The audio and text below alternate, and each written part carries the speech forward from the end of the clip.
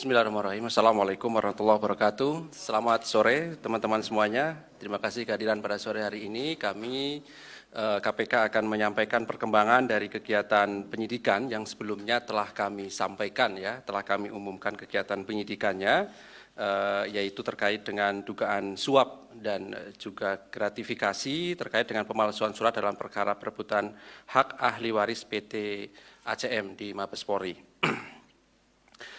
Sebelumnya perkara ini juga telah dia juga pra peradilan, telah diuji secara syarat formilnya, dan sebagaimana yang telah kami sampaikan bahwa tentu di dalam kerja-kerja KPK kami pastikan berdasarkan kecukupan alat bukti, dan kemudian terbukti hakim telah memutus bahwa proses penyidikan yang dilakukan oleh KPK bahkan melebihi 2 alat bukti, begitu kan? Di sana disebutkan bahkan hakim menyebut ada 4 alat bukti. Oleh karena itu, pada kesempatan sore hari ini, setelah proses penyidikan cukup, tentu kemudian dilakukan langkah-langkah hukum berikutnya yang nanti akan disampaikan sore hari ini oleh pimpinan KPK, Pak Ketua, dan juga Deputi Penindakan Pak Karyoto. Setelahnya, seperti biasa, kami beri kesempatan teman-teman untuk bertanya. Kami berharap kita fokuskan terkait dengan perkembangan dari perkara ini, 3 orang penanya kami silahkan nanti. Baik, kami silahkan Pak Ketua untuk menyampaikan poin-poin perkembangan dari kegiatan penyidikan perkara dimaksud.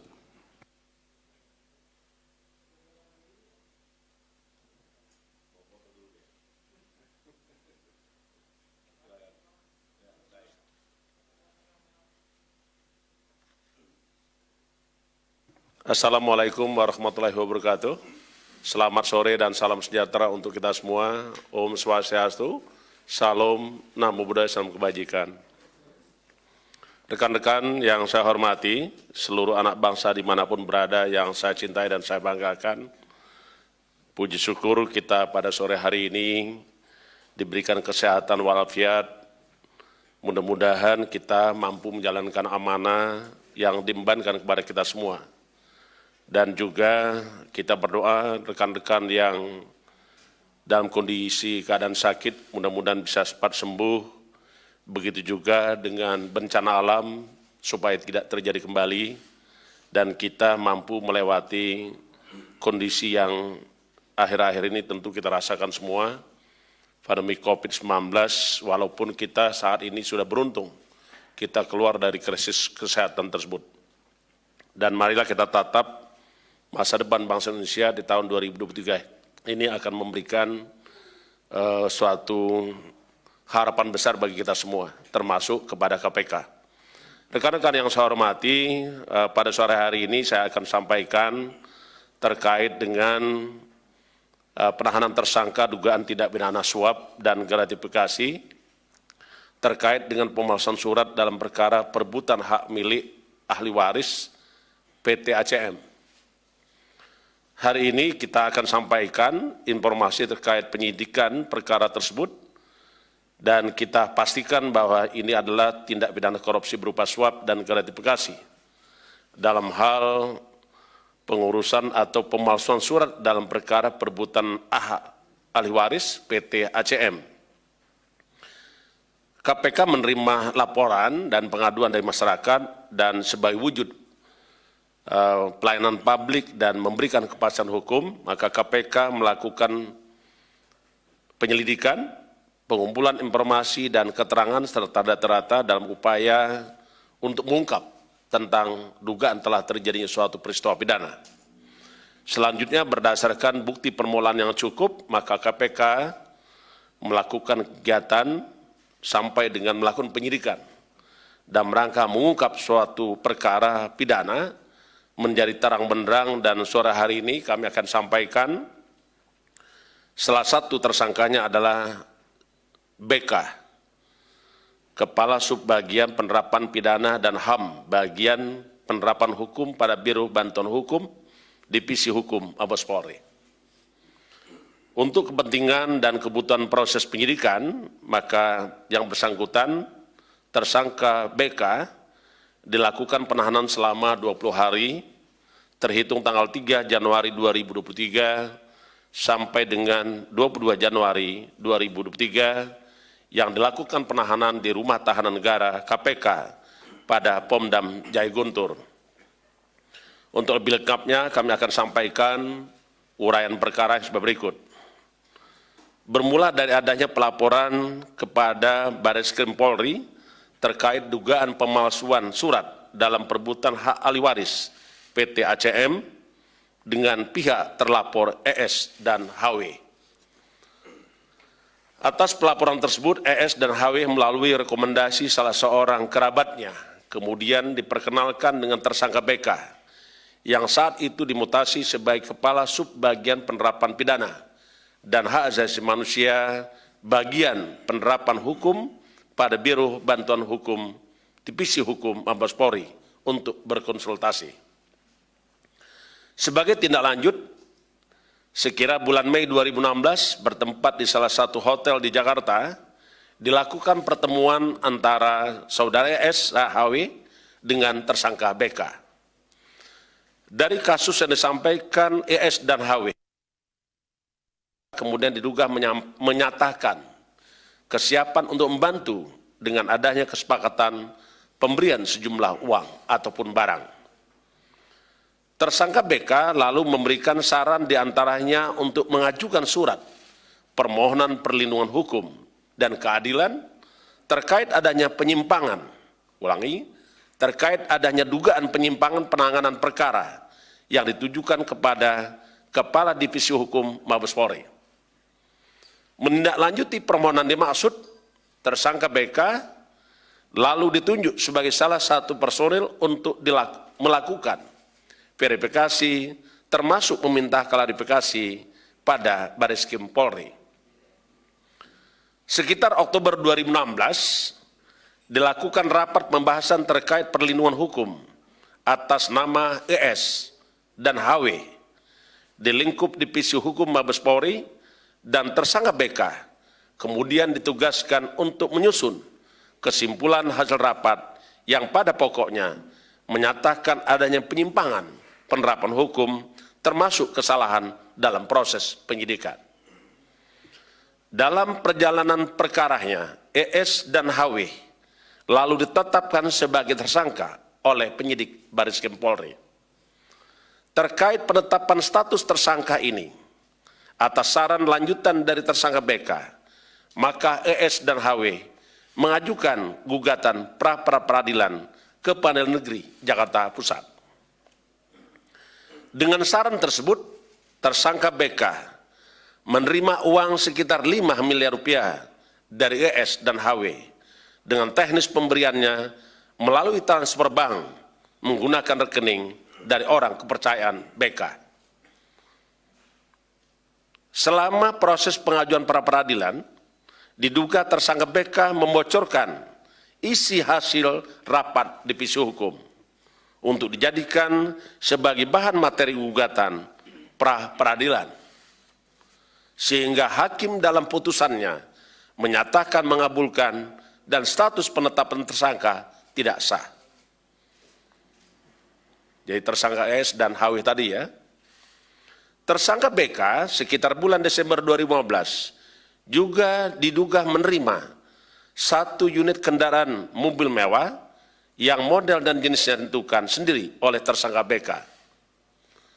Sekitar bulan April 2021, saudara ES dan HW kembali ditetapkan sebagai tersangka oleh penyidik Barreskrim Mabes Polri dalam perkara yang sama.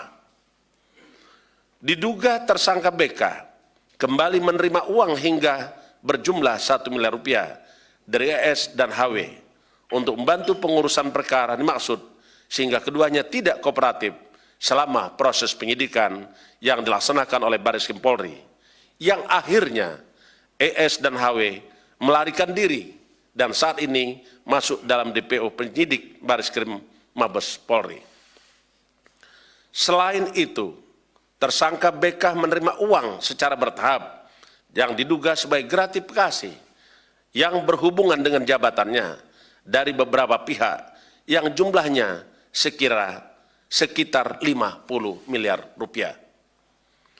Tim penyidik KPK terus mengembangkan lebih lanjut informasi dan data atas perkara ini. atas perbuatannya tersangka BK disangkakan pasal 12 huruf A, pasal 12 huruf B, dan atau pasal 11 dan 12 B besar Undang-Undang 31 tahun 1999 tentang pemberantasan tindak pidana korupsi sebagaimana telah diubah dengan Undang-Undang Nomor 20 tahun 2001 tentang perubahan atas Undang-Undang 31 tahun 1999 tentang pemberantasan tindak pidana korupsi. KPK menyampaikan keprihatinan atas adanya aparat penegak hukum yang seharusnya mengemban amanah untuk menegakkan norma hukum yang berlaku, tetapi justru melakukan praktek korupsi dengan menerima suap dan gratifikasi dari pihak yang berperkara. Hal ini tentulah mencederai marwah hukum di Indonesia. KPK menyampaikan bahwa penanganan perkara ini menjadi wujud komitmen KPK dalam rangka pemberantasan korupsi. Karena sesungguhnya kita mengetahui bahwa KPK dalam rangka pemberantasan korupsi menjadi perhatian, ada 5 fokus area. Di antaranya korupsi bidang sumber daya alam, korupsi yang terkait dengan tata niaga dan bisnis, korupsi yang terkait dengan kegiatan politik, dan korupsi di bidang pelayanan publik. Dan salah satunya lagi adalah korupsi di dalam reformasi birokrasi dan penegakan hukum. Di mana korupsi pada kelima sektor tersebut menyangkut hajat hidup orang banyak, mempunyai tingkat risiko korupsi yang tinggi, serta berpotensi merugikan keuangan negara ataupun perekonomian negara. KPK menyampaikan komitmen untuk menuntaskan setiap perkara yang ditangani oleh KPK. Terakhir kami ingin sampaikan, pada kesempatan ini, KPK menyampaikan kepada Bapak Kapolri dan segenap insan Polri yang telah membantu terkait lancarnya proses penyelidikan dan penyidikan, sehingga hari ini terungkap menjadi terang benderang peristiwa tindak pidana korupsi berupa suap dan gratifikasi yang dilakukan atas nama tersangka BK. KPK akan terus melakukan upaya-upaya baik itu penindakan, pencegahan, sekaligus juga melakukan upaya-upaya pendidikan masyarakat, sehingga kita berharap suatu saat Indonesia bebas dari korupsi, dan kita hidup di dalam peradaban dunia yang bebas dari korupsi. Saya kira itu yang ingin saya sampaikan. Selanjutnya saya kembalikan kepada Pak Ali Fikri. Terima kasih. Wassalamualaikum warahmatullahi wabarakatuh. Om Santi, Santi, Santi, Om.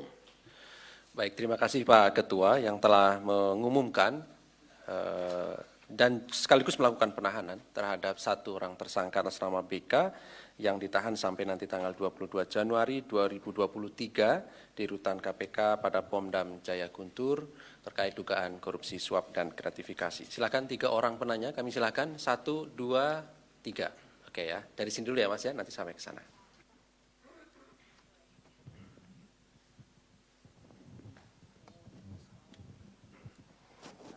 Menanya soal kasus ini dulu. Pertama kan ini, apakah ada kemungkinan adanya aliran dana atau penerima suap lain di Bareskrim? Karena kan kalau dilihat tadi kita hitung juga uangnya itu 50 miliar lebih dan lebih banget kayaknya dah. Dan nggak mungkin kan dia juga kerja sendiri, masa ia menerima sendiri, padahal pangkatnya cuma AKBP. Apakah ada kemungkinan aliran dana ini mengalir juga ke petinggi Polri lainnya? Terus pertanyaan kedua, pemberi suap BK yang tadi disebutkan ES dan HW, ini kan berstatusnya buronan ya di Mabes Polri dan udah ada red notice-nya. Nah, apakah KPK juga mau menetapkan dia sebagai buronan? Karena kan kalau mau dipanggil juga dipanggilnya kemana kan nggak tahu orangnya ada di mana gitu kan. Kasus lain boleh? Ya sekarang kasus lain. Pertama, kasus lain, kasusnya Lukas NMB, belakangan ini kan dia sibuk meresmikan kantor pemerintahan di Papua. Padahal dia bilang sakit. Nah, sampai waktu itu juga nggak bisa datang ke KPK minta diperiksa di sono. Nah, apakah KPK mau memanggil dia mumpung dia lagi sehat gitu untuk ditahan atau gimana? Karena dia bisa meresmikan kantor-kantor pemerintahan di Papua. Terus mau nanya soal mantan komisioner KPK Bambang Wijoyanto di YouTube-nya bilang kalau KPK mau menaikkan penyelidikan Formula E ke penyidikan tanpa adanya tersangka. Apakah yang benar akan dilakukan seperti itu? Terus mau nanya soal pemanggilan Ketua Kadin di kasus Lukas NMB. Itu apakah sudah ditetapkan waktunya kapan? Terakhir, mau nanya lagi soal keterlibatan Menteri Perdagangan Zulkifli Hasan di kasus suap Unila. Nah, Rektor Unila ini ngotot banget kalau dia memang berkomunikasi dengan Zulhas. Tapi sampai sekarang KPK belum memanggil dia. Apakah KPK akan memanggil dia dalam waktu dekat? Seperti itu. Ya, silakan. Flori ya. Saya Flori dari Republika, izin mau nanya satu pertanyaan aja Pak. Terkait catatan akhir tahun kemarin sempat disebutkan laporan dugaan korupsi dari masyarakat ke KPK itu paling banyak dari DKI Jakarta. Nah dari jumlah itu paling banyak laporan terkait dugaan korupsi apa ya Pak? Apakah pengadaan barang dan jasa atau suap? Nah terus bagaimana KPK melihat fenomena ini? Terima kasih. Terakhir Mas, fokus dulu ya Mas ya ke perkara ini, silakan. Aji dari Bisnis Indonesia. Pertama soal kasus ini menyambung pertanyaannya Mas Chandra. Kalau dari jabatannya ini kan di Biro Hukum ya, apakah mungkin Kabiro Hukum atau Kadif Hukum Mabes Polri mengetahui perbuatan yang dilakukan oleh Bambang Kayun menerima suap sekian miliar ini, 56 miliar. Terus juga apakah nanti akan didalami juga dengan memanggil saksi-saksi misalnya dari para entah penyidik yang menangani perkara ACM ini atau mungkin petinggi atasannya Bambang Kayun sendiri gitu di Divisi Hukum Mabes Polri. Terus terkait kasus lain mau nagih ini LNG kasus LNG Pertamina gimana perkembangannya. Terus kasus Garuda Indonesia sampai sekarang kan belum ada tersangka yang ditahan ya kalau nggak salah ya, penyidikan baru kasus Garuda Indonesia, kasus suap pengadaan mesin Rolls Royce kalau nggak salah. Nah itu kan kalau nggak salah melibatkan anggota DPR. Nah itu bagaimana perkembangannya? Kapan anggota DPR-nya akan ditahan? Terus juga apakah nantinya akan ada pihak banggar dari DPR juga yang akan diperiksa? Itu aja paling. Terima kasih.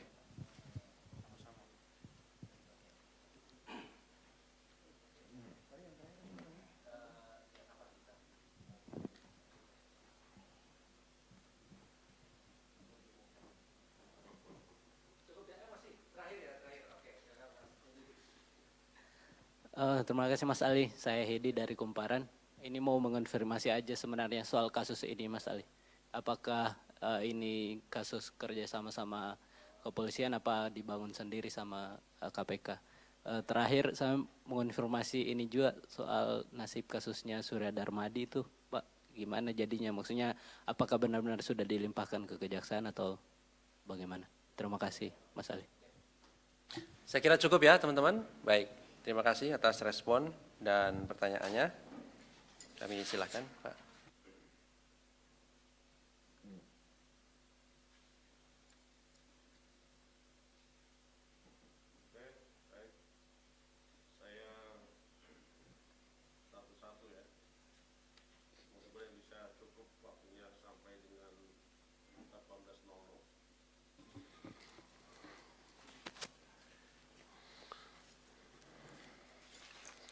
Yang pertama saya ingin sampaikan dulu terkait dengan apakah ada kemungkinan suap ini terkait dengan pihak lain. Yang perlu diketahui bahwa kita saat ini sedang melakukan penyidikan terhadap suatu peristiwa dugaan tindak korupsi berupa suap dan gratifikasi yang dilakukan oleh saudara BK. Dan seorang BK dijadikan tersangka tentulah karena sebagaimana amanat undang-undang hukum acara pidana disebutkan bahwa tersangka adalah seseorang yang karena perbuatannya dan atau keadaannya berdasarkan bukti permulaan patut juga sepelaku tindak pidana. Ini yang pasti. Dengan demikian maka tentu kita tidak berangan-angan apakah ada pelaku lain. Tapi ini akan mengikuti proses sepanjang penyidikan. Karena sesungguhnya kita paham siapa yang dimaksud dengan pelaku. Pelaku sebagaimana pasal 55 Kitab Undang-Undang Hukum Pidana disebutkan ada pelaku, ada turut serta melakukan, ada turut membantu melakukan, ada juga dengan yang menyuruh melakukan. Nah ini kita berharap mudah-mudahan nanti Pak BK bisa memberikan keterangan, termasuk juga ada keterangan lain-lain yang bisa membantu proses penyidikan ini. Karena sesungguhnya penyidikan adalah serangkaian tindakan penyidik berdasarkan tata cara undang-undang untuk mencari keterangan dan mengumpulkan bukti. Dan dengan bukti-bukti itu, maka akan membuat terangnya suatu peristiwa pidana guna menemukan tersangka. Ini saya kira titik fokusnya di situ. Jadi kalau kita lihat dari rumusan penyidikan, maka tersangka itu sebenarnya terakhir. Setelah dilakukan pengumpulan, pencarian keterangan, dan bukti-bukti. Sehingga membuat terang suatu peristiwa pidana guna menemukan tersangka. Itu konsep yang sesungguhnya. Saya kira itu yang pertama. Yang kedua adalah apakah DPO yang hari ini ditetapkan oleh Bareskrim sebagai tersangka ES dan HW di Bareskrim, tentulah kita akan bekerja sama bersinergi dengan Bareskrim. Ya, karena sama-sama tujuannya mencari seseorang. Nah ini sudah ditetapkan DPO oleh Bareskrim. Maka tentu KPK akan bekerja sama dengan Bareskrim terkait dengan pencarian saudara ES maupun HW. Saya kira clear ya. Berikutnya terkait dengan apakah ini sendiri, tadi sudah saya sampaikan ya. Apakah BK ini sendiri, tadi sudah jelaskan. Berikutnya juga terkait dengan LNG. Ya, saya katakan itu masih dalam proses penyidikan. Sekali lagi ingin saya pastikan bahwa penyidikan adalah serangkaian tindakan penyidik. Ya, sesuai dengan tata cara yang diatur undang-undang. Mencari, mengumpulkan keterangan dan bukti-bukti. Dan dengan bukti-bukti itu membuat terangnya suatu peristiwa pidana. Baru kita temukan tersangkanya. Saya kira itu.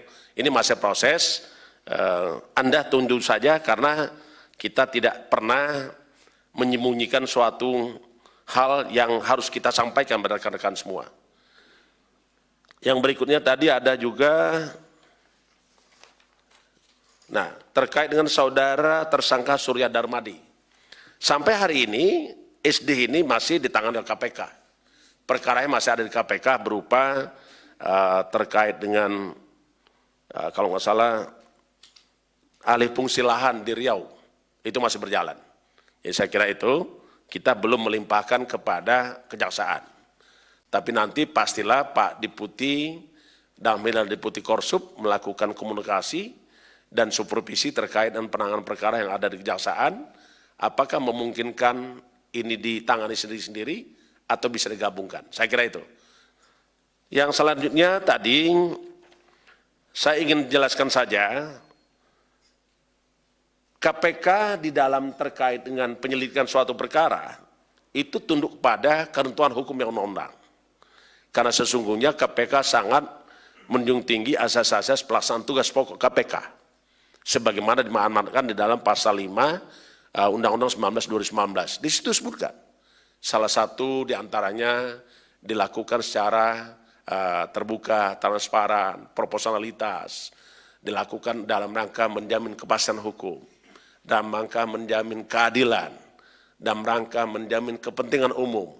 Dan yang pasti tidak boleh kita lupakan adalah menjunjung tinggi hak asasi manusia. Itu di dalam pasal 5, itu amanat undang-undang yang harus kita lakukan. Yang berikutnya, kita tetap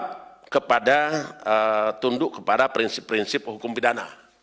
Apakah itu diatur di dalam Undang-Undang KPK sendiri, di dalam Undang-Undang nomor 19 2019, ataupun hukum acara. Karena disebutkan di dalam pasal 38 Undang-Undang 19 2019 atas perubahan Undang-Undang 30 tahun 2002, disebutkan di situ adalah segala kewenangan yang berkaitan dengan penyelidikan, penyidikan, dan penuntutan yang diatur dalam undang-undang yang mengatur mengenai hukum acara pidana berlaku bagi penyelidik, penyidik dan penuntut umum pada KPK kecuali ditentukan berdasarkan undang-undang lain. Saya kira itu. Jadi kita pedomannya sama, yaitu hukum acara pidana. Saya kira itu prinsipnya adalah KPK tidak akan pernah mentersangkakan seseorang kecuali tersangka itu berdasarkan perbuatannya dan atau keadaannya berdasarkan bukti permulaan yang patut menduga bahwa dia adalah pelaku tindak pidana. Saya kira itu. Pak Karyoto ada ditambahkan? Ada Garuda tadi saya lihat, mungkin Pak Karyoto yang tahu ini. Silakan Pak. Baik, terima kasih Pak Ketua, Pak Ali dan rekan-rekan jurnalisme yang saya hormati. Saya akan tambahkan beberapa. Yang pertama masalah yang catatan akhir tahun ya, DKI. DKI ini yang banyak laporannya itu terpusat di PLPM, kalau dulu Dumas. Memang dari Dumas ada beberapa yang telah digarap, contohnya Jakpro yang sudah dilimpahkan ke Mabes Polri itu dari kita. Terus kemudian Saranajaya, ini berkembang, ada kalau nggak salah sudah mulai ada 3 perkara yang akan maju, yang 1 sudah mulai selesai, sudah sidang. Jadi artinya memang pengadaan barang dan jasa itu memang ada juga, memang masih dalam proses telaah dan lain-lain. Tapi yang sudah jadi masalah pertanahan dengan masalah pengadaan di Jakpro. Kalau nggak salah waktu itu pengadaan apa? Tower itu. Nah kemudian masalah Garuda memang kita sedang melakukan penyidikan yang terbaru, tapi kan ini kan belum rilis lagi untuk pengumuman upaya paksa, ya tunggu aja lah, sabar. Pada saatnya nanti akan dirilis ya. Tapi yang jelas kita memang sedang menangani itu. Tadi yang lainnya saya rasa sudah dijawab lengkap oleh Pak Ketua. Mungkin itu, terima kasih. Baik, oh ya, oke. Saya catat yang belum saya jawab tadi, sudah saya catat, Pak. Sudah saya lingkari. Nah, terkait dengan tersangka Lukas NMB, sampai hari ini kita memang masih memperhatikan kondisi kesehatannya. Karena yang menyatakan sehat atau tidak sehat itu adalah dokter. Walaupun saya bisa melihat, oh orang ini meninggal dunia, ada luka. Tapi saya tidak boleh mengatakan bahwa dia meninggal dunia karena tusukan luka itu. Siapa yang berhak? Adalah dokter. Ini sama dengan tersangka Lukas NMB. Tetapi saya pastikan bahwa ini akan kita selesaikan. Memang beberapa terakhir ada komunikasi pengacara maupun kepada penyidik terkait permintaan yang bersangkutan untuk berobat ke luar negeri. Tentu ini kita juga pertimbangkan, tetapi pasti adalah keinginan kita adalah satu, penegakan hukum yang menjunjung tinggi hak asasi manusia. Karena sesungguhnya keselamatan jiwa manusia itu adalah hukum tertinggi. Salus populi suprema leg esto. Saya kira itu. Baik, terima kasih Pak Ketua, Pak Deputi Penindakan yang telah merespon pertanyaan dari teman-teman semuanya. Saya kira cukup dan kami terima kasih kehadiran dari rekan-rekan semuanya pada sore hari ini. Kami akhiri. Assalamualaikum warahmatullahi wabarakatuh.